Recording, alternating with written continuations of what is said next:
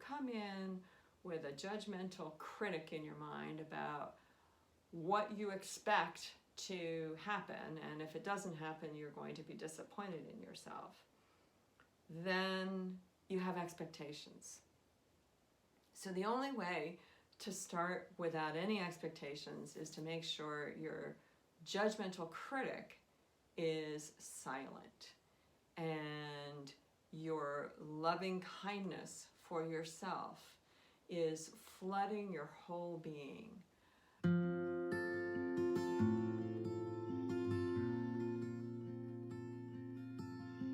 Hey everyone, I'm Marianne Mitchell. Welcome to Whole Artist Mastery, where you can find support for being a whole artist. So it is the beginning of a new year, 2024, in January, and I want to talk to you about what that means in terms of getting back into the studio. Many of us have been busy with holiday activity, traveling, seeing people, being very social. Some of those things may be somewhat anxiety producing, some of them may be tremendous fun, but all of pretty much the month of December and November for many artists is somewhat of a challenge in terms of staying active on a regular basis in your studio. And sometimes that's a good thing, to be somewhat taken away so that you get to come back and jumpstart, take stock, and rejuvenate what you've been doing and how you feel as you get back into your practice. So at the same time, it can be somewhat of a challenge to get back into a regular routine, and maybe you've been thinking a little bit about changing your regular routine. So I would like to offer 5 suggestions for getting you back into the studio, for jump-starting your inspiration, and for thinking about what you want for yourself as an artist in the following year. So I'd like to start this discussion actually by reading a quote from the book The Creative Act, A Way of Being, written by Rick Rubin. It came out in 2023. It's an excellent book, discussion in all different ways. He talks a lot about things that I speak about in terms of what it means to be a whole artist, how we work intellectually, what we think about, how we feel, and what our physical surroundings are like and how that influences us. But he starts with this quote by another artist, Robert Henri, and I think it's very appropriate for this discussion. The object isn't to make art. It's to be in that wonderful state which makes art inevitable, which is what we're talking about here.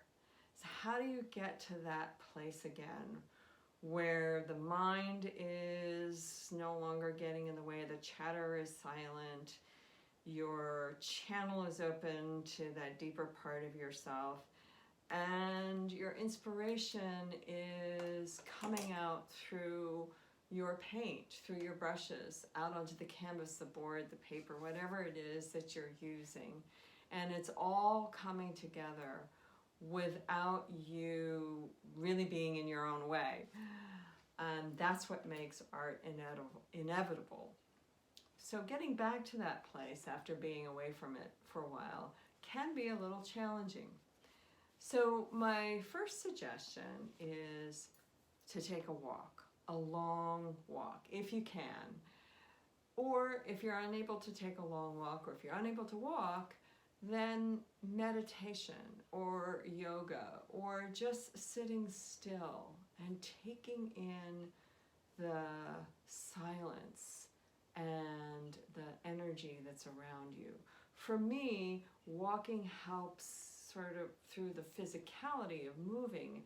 It helps to clear my mind, to open the pathway to wider feeling and thinking. All the chatter, all the things that go on in our minds about what we have to do and what's on our to-do list, and I need to do this when I get back, and I just had this difficult conversation and it's in my mind, or I'm elated about something and it's making it difficult for me to think about the things that I need to do, or you're feeling disconnected with your work. So whatever it is, walking is a great way to open up that passageway to clarity. And I often get my best ideas after being, I guess, halfway to 3/4 of the way through a walk. It's hard for me to really gauge how much time that is. And every walk is a different length of time. But I'm thinking that you know what I'm talking about. So that's suggestion number 1, is to get yourself out of your mind, quiet the chatter, open up the channel for your artistic muse, your artistic spirit to come into the foreground again.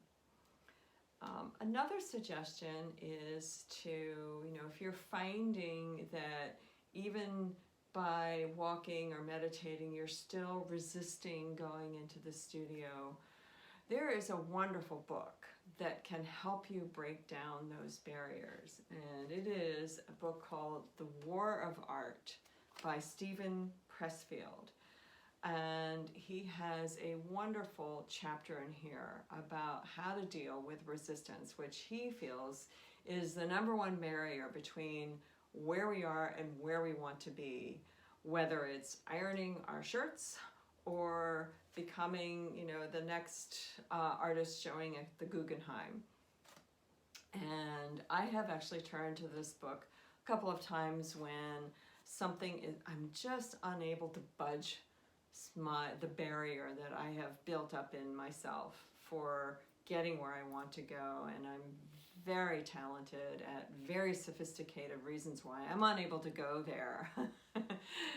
And so Steven Pressfield offers some great suggestions for and just illuminates what resistance looks like and how to break through it. So and then also looking at some of your other books. So if there are some books, like, for instance, I'm very interested in Jill Bolte Taylor's book, Whole Brain Living, because it talks about how we use our whole brain to do different things in our lives, and that's related to being a whole artist. Other books that I'm interested in, like when I'm feeling like I need a little reassurance about my own practice, it's always great to go back to the 9th Street Women, because this story is about the women in the abstract expressionist era in the mid-20th century, and how brave and courageous and gritty, grace and grit, they epitome the grace and grit of being true female artists. What does that mean? Well, being true artists who happen to be women. That's a whole other subject. But I derive great inspiration and affirmation from hearing their stories or knowing their stories. And it always gives me a lift into, okay, so I do that too, or I can do that. So looking at books for inspiration, looking at books for helping to break through barriers, looking at books for knowledge about how you want to do something, those are all different ways that books can help you jumpstart your practice. Suggestion number 3 is to just come into your studio, which is where I am right now, and it has been a few weeks since I've spent time in here, and do exactly that. Just spend time in your studio. I'm spending time today talking to you, making friends, feeling, building that connection with the place of my studio, so that there's a difference between the space in which your studio is in, and that sense of place that the studio offers you. And so what's the difference there? The space is really just about the room and the things that you have in the room so that you can paint. But the sense of place is how you've arranged the room. What specific objects do you have in the room that connect you to yourself or to others or to memories of different things, places in your life, people, whatever it is that you feel you need to have in here to support you as you get into that artistic channel. I have my cat asleep just down below me right now, and that helps to, make me feel cozy and loved, and my cat loves me. And as I'm talking, I'm thinking, okay, so when I'm finished this, I can't wait to get painting. So it's really important to spend time reacquainting yourself with the place that you make art. So to that end, the next thing I will suggest is that, okay, so maybe you've been away from your studio for a while, you feel disconnected from the work that you were working on prior to your break from the studio. Whether it's the holidays or not, there are lots of other reasons why you might have had a break from your studio practice. So I have about 5 pieces here that I feel kind of disconnected from. I'm not sure which one I want to go back into first. So in the next video, I'm going to talk about that, and I'm going to show you in depth each piece and tell you which one I'm going to paint on, and then start painting for you to see and for me to see where I go with that.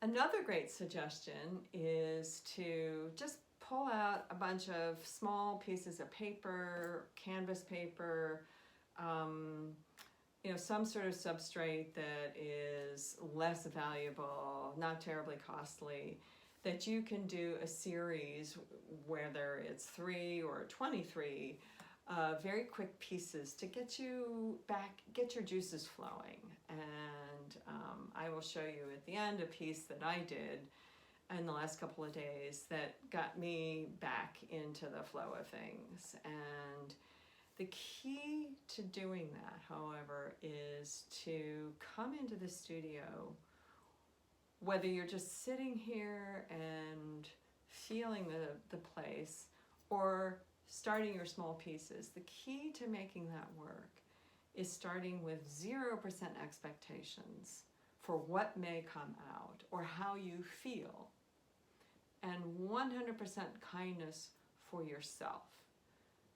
The two go hand in hand. If you come in with a judgmental critic in your mind about what you expect to happen, and if it doesn't happen, you're going to be disappointed in yourself, then you have expectations. So the only way to start without any expectations is to make sure your judgmental critic is silent, and your loving kindness for yourself is flooding your whole being. It is such a great way to get started. So I hope this was helpful. I look forward to hearing your comments in the feed below as to how you jumpstart your practice. What is it that you feel you need to have rejuvenated in what you're doing with your paintings, and how you start back into your studio after having a break. So thanks so much for watching. I look forward to seeing you in front of my paintings painting next time. See you soon.